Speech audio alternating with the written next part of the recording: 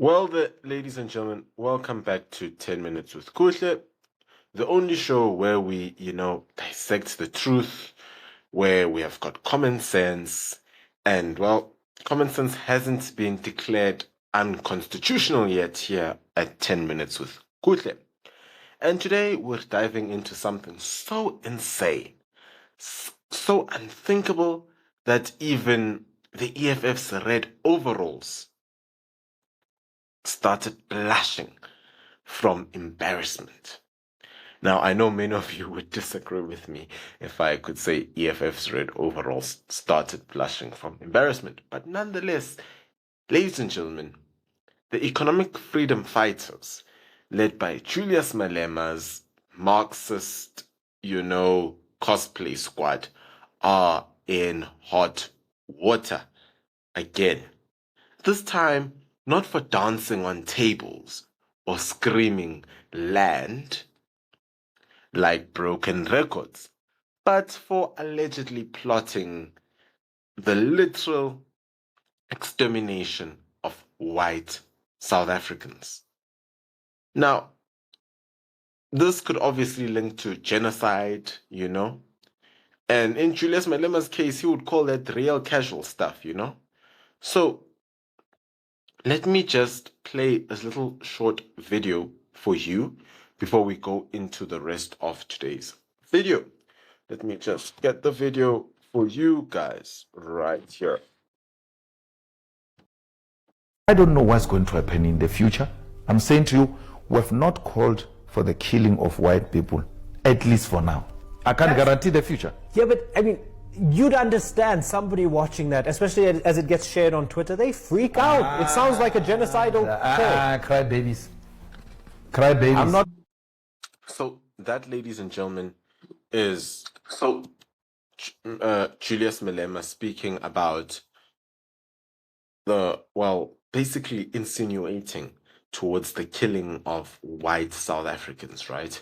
And obviously, this is a video that you've seen before, it's something that has been obviously discussed in EFF leadership circles. And, obviously, there's this talk in EFF about quote unquote eliminating settlers. Now, let's pause for a moment, right? And imagine if the DA said this about black South Africans, right? CNN would have built a tent right outside Parliament to report on the story. But because, it's the other way around, you know how things work here in South Africa, nothing's being done. And you'll ask me, where's the president in all of this? And Ramaphosa will tell you that he takes things seriously, and he's going to set out another commission of inquiry to look into what Malema is saying. But in reality, he's probably hiding under the desk at Luthuli House, hoping the ANC, EFF, and MK unity government doesn't, come into play. Now, you'll ask me yet again, Kuhle, I've seen this video before that you're showing me, and how does this link to, this week's stories and the thumbnail and everything? Now, it's no secret that the US-SA bilateral bill has been passed through the subcommittee in the House in the US by 32 to 16 votes, which is a very interesting thing. Now, understand this, it's 32 to 16 votes. So basically, there's a representative from each state in that House, right? And it's a bill that deals with sanctions, right? So, according to sources such as CNN, Fox News, and the rest, there were about 6 Democrats that voted for this bill, which means they agree with congressmen, with the congressman, right? About that South Africa needs to face punishment. So Congressman Ronnie Jackson. So for South Africa's stance on, number one, internal racial dynamics and racial issues in the country, as well as our stance with Israel, ICJ, and what's going on there. So with this happening, what we have now is we always thought that Donald Trump, well, so the South African government had this view, rather, that if we could get rid of Donald Trump, South Africa's problems would be in the past, which is completely false. Because if you've got 6 Democrats voting for this, remember, 6 Democrats voted for this, and 16, and we cannot say that those are all Democrats, but 16 voted against it, right? So basically, there's a space of 18 in between, which shows that, well, even if Donald Trump were to leave today, a large majority of congressmen in the US, especially in that committee, believe that people like Julius Malema should face sanctions. So I will tell you now, there's a little list, right, that has been drafted about various people that need to face sanctions. And on that list are people like Naledi Pandor, people like Julius Malema. The list is long. Now, I won't go into Naledi Pandor's issue because that's more of an ICJ Israel issue, right? It's got very little to do rather with direct race relations on South Africa. Now, look at Julius Malema. Julius Malema on that list we're not even focusing on his issues with the ICJ and Israel part. Our big focus with Julius Malema on that list is on the Kill the Boer song, the alleged calling for a supposed genocide, right? So those are the issues that make Julius Malema land on this list, because we know of the incitement, right, that he has had, where he has called for killing of the Boer, And, let's just be clear. Inciting genocide is not robust political debate. It's not Pan-African rhetoric. It's a crime against humanity. Yet here we are treating it like it's just another Tuesday at the EFF press conference where, he'll speak about Kenny Gunene, while it isn't. Remember when they chanted Kill the Boer? The courts did too. And how did they chant it? By not condoning Malema. And what was Malema's defense? He says it's part of the struggle, It's a struggle song. Well, sorry, comrade, but you're not struggling. You're living large, sipping champagne and flying Emirates while preaching about poverty. Now, I want to share my screen with you again on the Kill the Boer chant and show you how far this thing has actually gone. I will just get this picture to load any second now, which is just supposed to show you all what is really happening here in South Africa. And it's just for you all to see for yourselves what's going on in South Africa.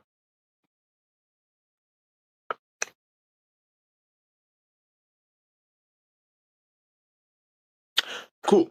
So I hope that you have read that picture for yourselves. And you can see that, well, at least I don't make things up. That, well, look at Malema singing Kill the Boer. And literally less than 24 hours later, unfortunately, this elderly couple were victims of the song. And yet we somehow refer to it as some struggle credential nonsense, right? That is what South Africa is. We just refer to it as some nonsense that is far away or that won't even happen any time soon. Okay. And I've got another video for you that I will play, which is from Obakeng. He is the regional leader of the EFF in the city of Tshwane. He's, what do you call it? He is basically, pardon me. He basically is their leader in the city council, and he's also the MMC for environment and community safety. Remember, environment and community safety.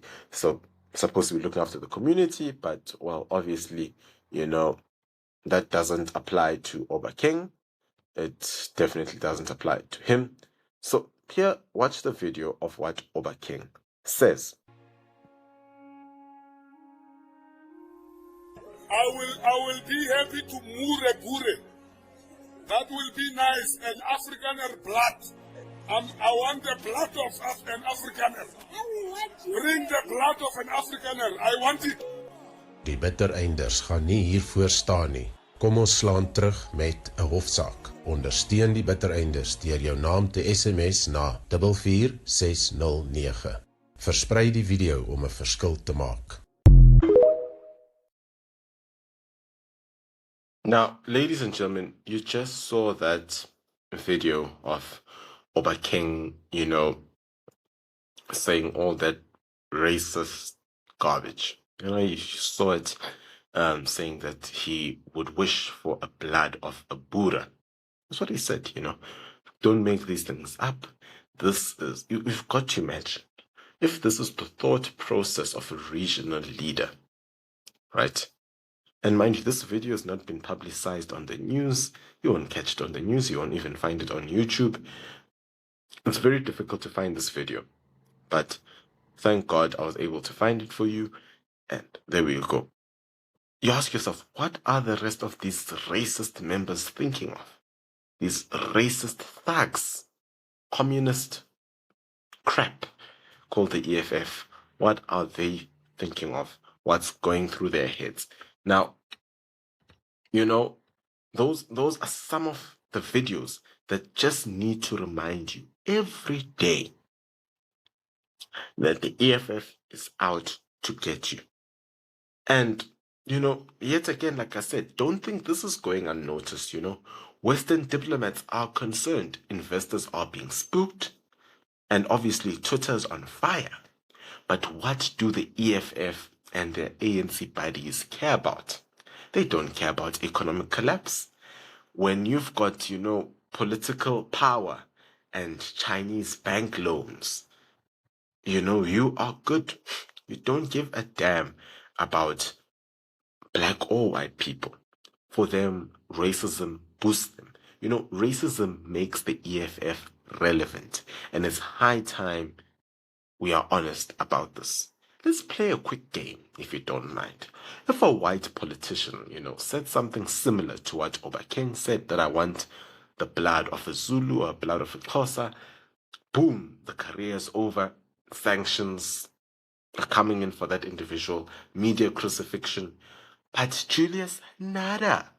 He gets retweets and a seat in parliament. South Africa doesn't have a race problem. We've got what we call a hypocrisy problem, where we've got double standards, where things don't apply to some people, where, racism is just the biggest issue in this country.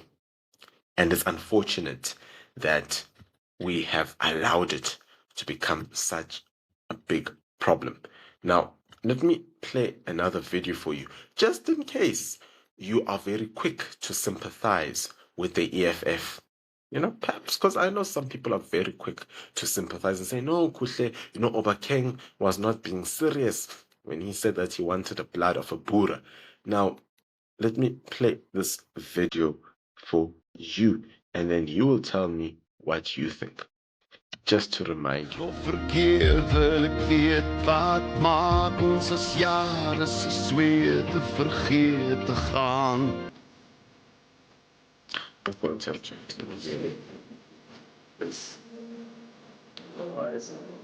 There you go.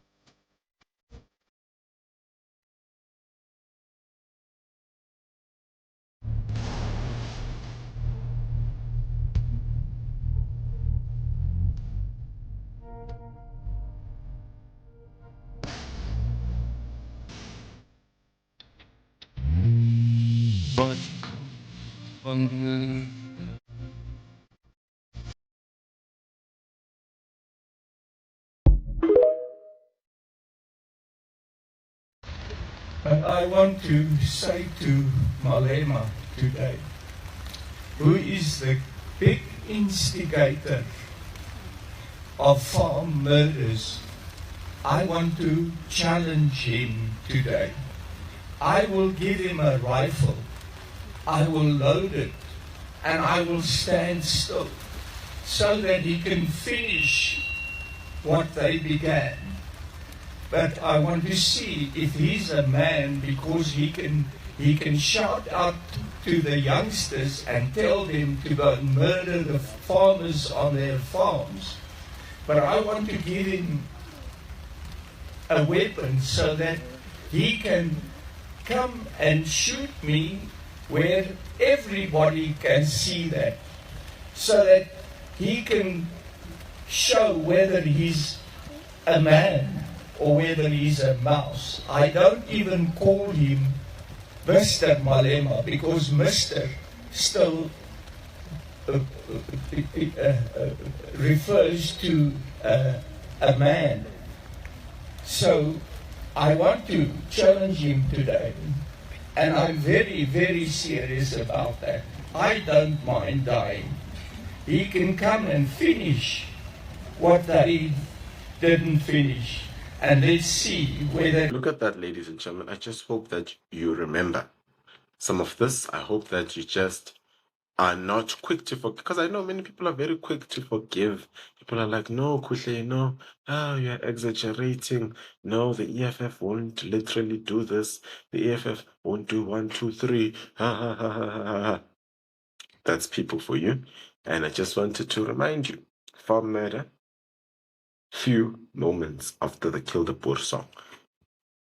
Now, let me just freshen your memory again with another one, because I'm like that. I like to remind you that this country is not as rosy as you think it is.